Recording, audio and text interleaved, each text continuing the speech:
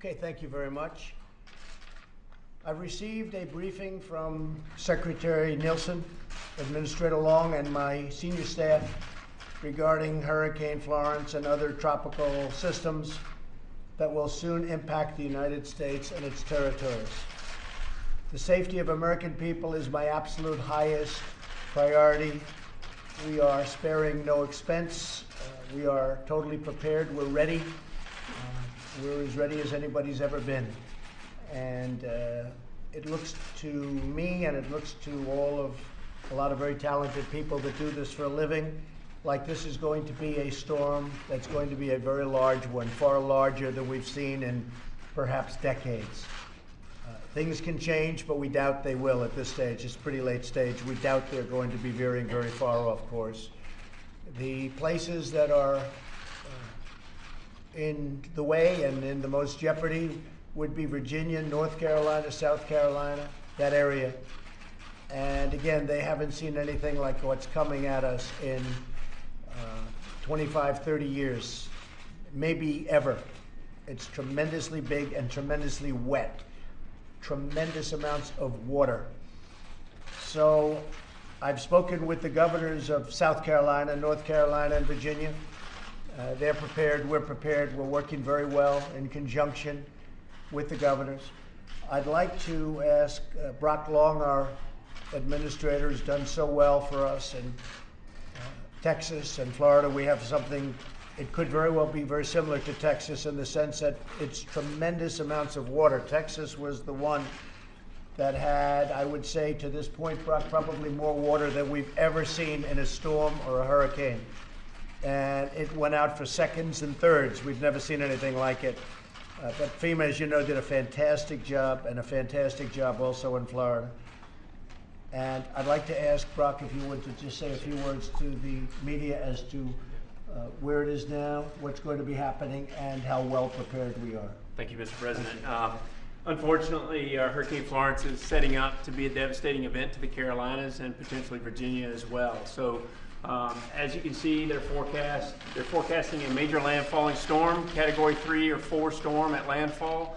The biggest hazard that we're worried about is storm surge. That's the primary driver of the evacuations that are underway by the states of North Carolina, South Carolina, Virginia right now. But as this system comes in and makes landfall during the weekend, it's forecast to stall out, lose its steering currents, and drop copious amounts of rainfall. Unfortunately, the remnants of Gordon passed through the mid-Atlantic over the weekend and dropped a lot of rain, saturating rivers. So Hurricane Florence, as it comes in and puts anywhere between 20 and 30 inches more in isolated areas, could create a lot of inland flooding. So right now, sir, we're supporting the governors with achieving their life safety evacuation movements. We're focused on mass care and sheltering, and then we'll be focused on helping them to execute their response and recovery goals. What are the chances that it veers off course and the hit won't be so direct? What are the chances of that? Unfortunately, I believe there's quite a bit of certainty in the track forecast because the forward speed is picking up. It's getting faster, and when systems do that, the track forecast becomes a lot more accurate. I think the expectation needs to be set with the citizens in this area that if you've been asked to leave, get out of the areas that are going to flood and get into a facility that can withstand the winds. Let's set the expectations as well. This has an opportunity of being a very devastating storm. The power's going to be off for weeks. You're going to be displaced from your home in the coastal areas, and there will be flooding in the inland areas as well. So these are going to be statewide events. The hazards will be statewide. Okay. You wanted to show us this one then? Yeah, this is a 7-day rainfall graphic. As you can see, the pink areas and the purple areas indicate 20 inches. That's mean area rainfall. That's an average rainfall amount. But you may see isolated amounts greater into the 30-inch range over Virginia, the central portions of Virginia and West Virginia. And these impacts they're going to be through the mid-Atlantic. So we're coordinating not only with South Carolina, North Carolina, Virginia, but other mid-Atlantic states all the way to Delaware. Good. Yes, sir. And it has been great coordination. I have to tell you, the states have been terrific. Everybody's working together. The governors and all of their representatives have been absolutely fantastic. And FEMA, There's nobody like your people. I mean, what they're doing is incredible. Do you have any questions for Secretary Nielsen or for Brock Long, please? What Anybody? lesson do we take from what happened in Puerto Rico? How do we apply the lessons we took from Puerto Rico? Well, I think Puerto Rico was incredibly successful. Puerto Rico was actually our toughest one of all because it's an island, so you can't truck things onto it. Everything's by boat. We moved a hospital into Puerto Rico, a tremendous military hospital in the form of a ship, you know that. And I actually think, and the governor's been very nice, and if you ask the governor, he'll tell you what a great job. I think probably the hardest one we had by far was Puerto Rico because of the island nature. And I actually think it was one of the best jobs that's ever been done with respect to what this is all about. Puerto Rico got hit not with one hurricane, but with two. And the problem with Puerto Rico is their electric grid and their electric generating plant was dead before the storms ever hit. It was in very bad shape. It was in bankruptcy, had no money. It was largely, closed. And when the storm hit, they had no electricity essentially before the storm, and when the storm hit, that took it out entirely.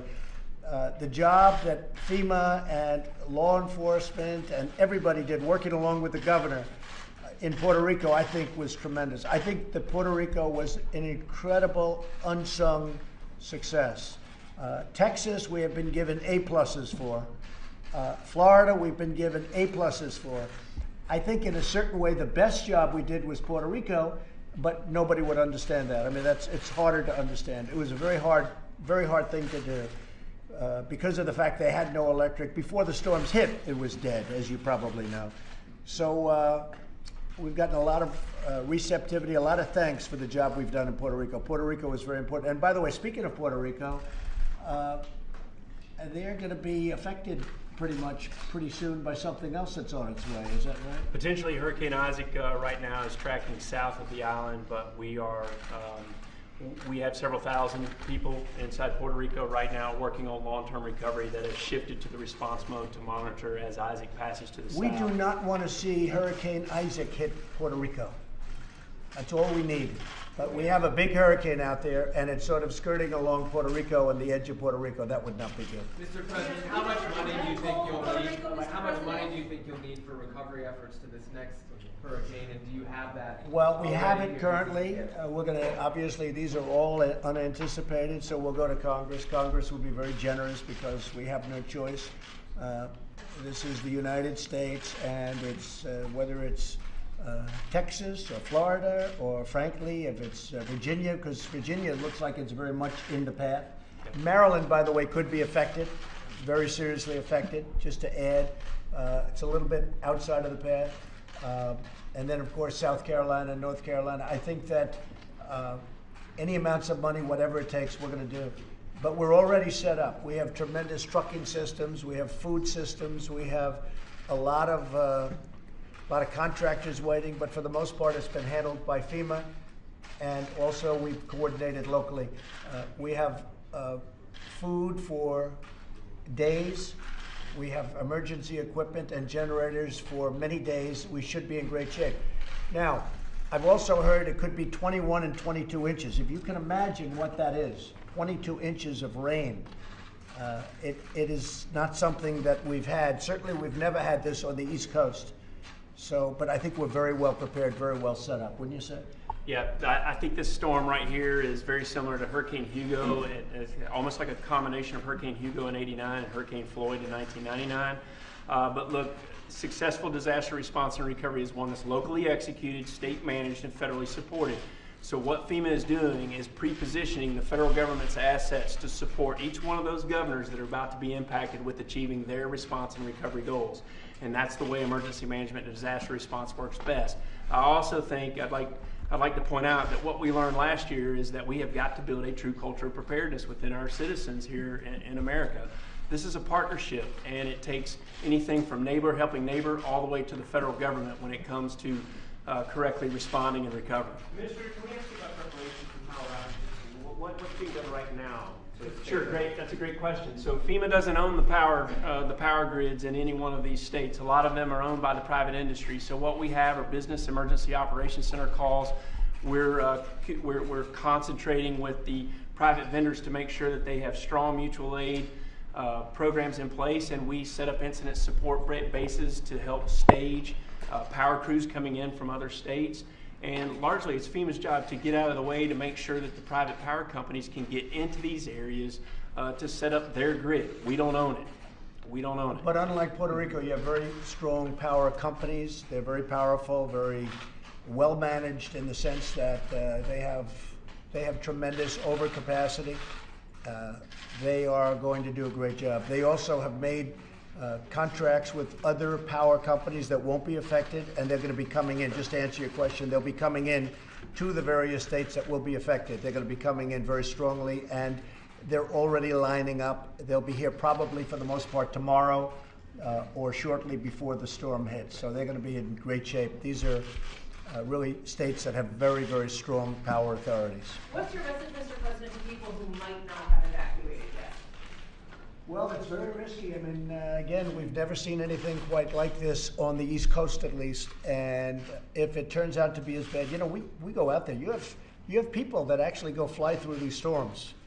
These are very brave people, but they fly through. And from what I'm hearing, the sites that they're seeing have not been seen on the East Coast before. So I would say everybody should get out. I mean, you have to listen to your local authorities, and whether you're upland or downland, but depending on where you are, you have to listen and you have to get out. If they want you to get out, because it's going to be impossible to have people get in there, whether it's law enforcement or FEMA or anybody else, once this thing hits, it's going to be really, really bad along the coast.